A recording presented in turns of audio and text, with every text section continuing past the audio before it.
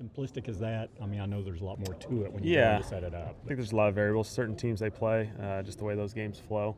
Obviously, they've some teams have ran the ball a little bit, but you can't assume that's part of our game plan. They get to make adjustments and tweaks as well, and so you gotta have contingency plans and be able to do both. How do you move on from a game like that? Do you try not to overanalyze it, or just go through the process the same way? Monday you watch it, everyone goes over it, and then after that, move on. So that's been good. Anything surprise you from a game like that when you watch the tape the second time? No, we just missed opportunities, and probably didn't do things as well as we would have liked, and you learn some things and move on. Do you relish in the opportunity to learn from that kind of experience? Yeah, I mean that's part of the process. It's the NFL. We're probably not going to win all of them. So you're going to go through a process, and you're going to have some games that things don't go as well as you had hoped, and you learn from them, and find things that you can improve on and maybe adjust and all that good stuff. Without Lyle, it looks like you had Connor getting some work yesterday, and then Brandon today. Yeah. Have you settled in yet, or at what point do you want to be settled in? Yeah, I think you just let both those guys get a chance to play. Obviously, Connor did it in college, and so there's some benefit to that, and it's probably more just a bunch of contingency plans that, if something goes down, it's a long season. Connor's at least gone out there a little bit, and then obviously we feel good about the others as well. When you have a guy like Aaron Rodgers on the other side, does that put more emphasis on each drive that you guys have? I don't think you hone in too much on that. Obviously, you recognize that they got some firepower and he can make some plays and turn this thing into a little bit of a high-scoring game. But at the same time, it's not always the case, and so you just play ball. You try not to overanalyze things, whether you do good things or bad the previous week. How you just Yeah, that's part of the process. I think you just kind of keep it the same. Meetings are the same structure, go over the same stuff. There's good, there's bad in every game. Whether you score, 30-some points or you score 10 or whatever. There's parts to both of it. How good would you get Gallup back if you have him on? Yeah. Obviously, MG had a really good start to the season. So, whatever his availability, if it is at all, I think there's certainly value to that. We feel really good about him, and you do a great job. How did the commercial with Leighton come together, and what do you think about your acting job? Yeah, good find. Yeah, we did it this summer. So, Leighton's the king of Idaho, so he's the ultimate Idaho boy, and so I was just a part of it, and hopefully did all right. How you're the king of Idaho? Yeah, did you know that? Yeah, I don't know about that. So he's the Idaho man first and foremost. So how much did your family reference the calendar? the calendars, yeah, they've been referenced before. They're hard to find. They're hard to find, but if you get up to Idaho, I'm sure you can find a few. Do you have any? I don't. Yeah, I should go find one maybe. Yeah. So were you hurt you didn't get in the box, or were you happy with the role you were given in the commercial? In the commercial? Oh, I was all for it. Yeah, let Leighton do all the hard work. So. We know you study the Packers defense and not the offense, but as a fellow quarterback and now also a previous quarterback's coach, what is it that you admire about Aaron Rodgers? Yeah. Every play is a chance to make something big out of it. The way he plays, and obviously he's really sound, does a lot of good stuff, and then at the same time he can make some stuff once it kind of gets off schedule. Sometimes that's creates some big play opportunities for him. Certainly we got Randall. Randall was a part of a lot of those over the years, and so they've obviously created a lot of opportunities that way. You have a guy in Dak who has some of those tendencies where sometimes the play's just getting started when the pocket breaks. What similarities do you see there at all? Yeah. Hopefully, maybe some similar. Obviously, I don't think anyone's, Aaron's probably the best, maybe of all time, handling those situations. And Dak's done a really good job. And so hopefully, as this thing continues to build, he gets more and more comfortable with it because he's made some really good plays doing that. Kellen, there hasn't been a lot of times where defenses front four have been able to create pressure on the offensive line in a long time without extra help. Was there more of that this last game than there has been recently? And if so, was that the adjustments you guys had to make in the game? Was that obviously we didn't run the ball as well as we had hoped. Certainly that's part of the aspect. You learn from it, see different things maybe from a scheme standpoint first and foremost, and then obviously just players going through that process, getting a little bit better, and so I feel like we're in a better place after it. I think it's first down, getting a good run on first down. Yeah. 3-4 yards before you Yeah, first and second down are huge.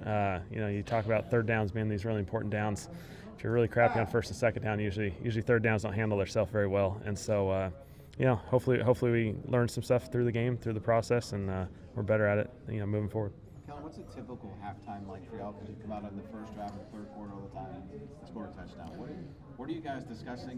Because there's as much as there's time, it doesn't seem like there's a lot of time. Yeah, not much time. Quick kind of offensive staff meet together really quickly, kind of create a little bit of here's our hit menu for a run game and pass game moving forward, and then we touch base with the players. It's really only a couple minutes, 2-3 minutes, and then after that, everyone's back out and we're ready to roll. So it's pretty quick, but hopefully it's efficient. How much autonomy did you have in that game plan heading into New Orleans? In other words, was your fingerprints all over it the same as it had been the first 3 games?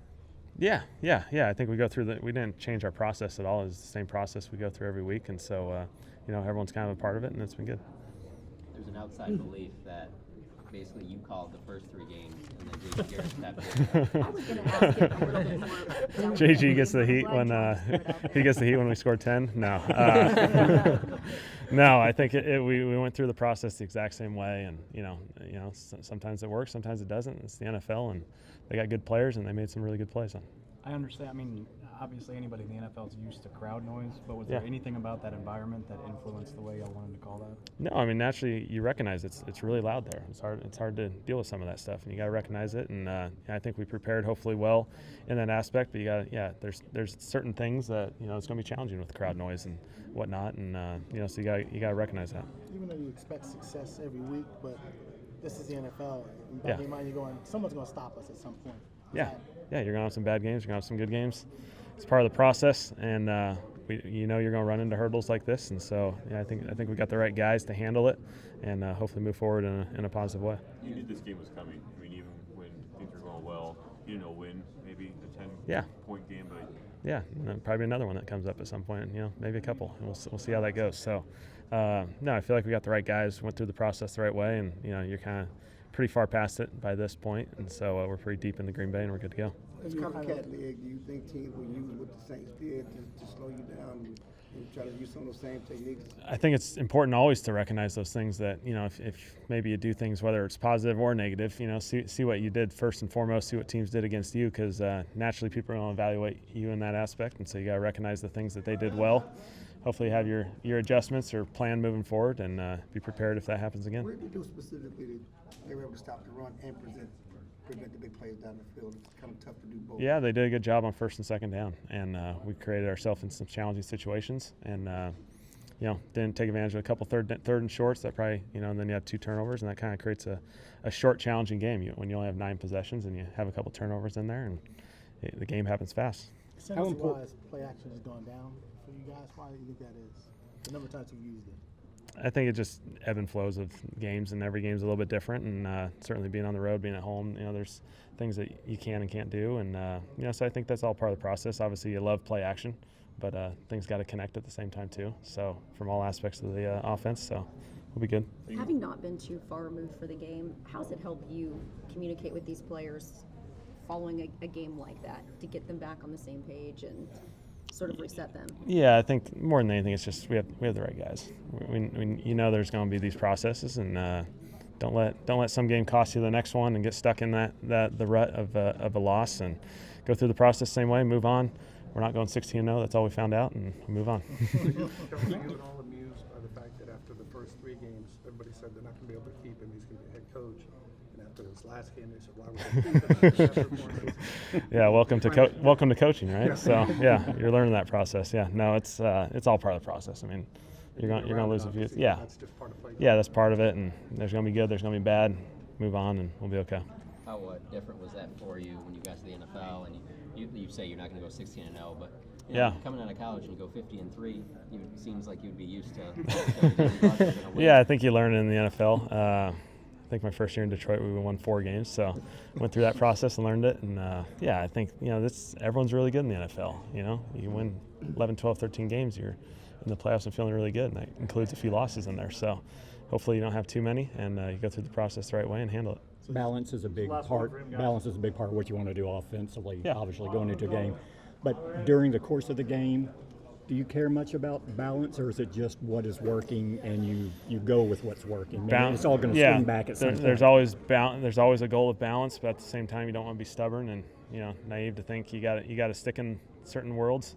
If something's working, you got to embrace it and continue to work that way. But certainly, whenever you can, if there's balance, obviously, I think that helps you in the long run.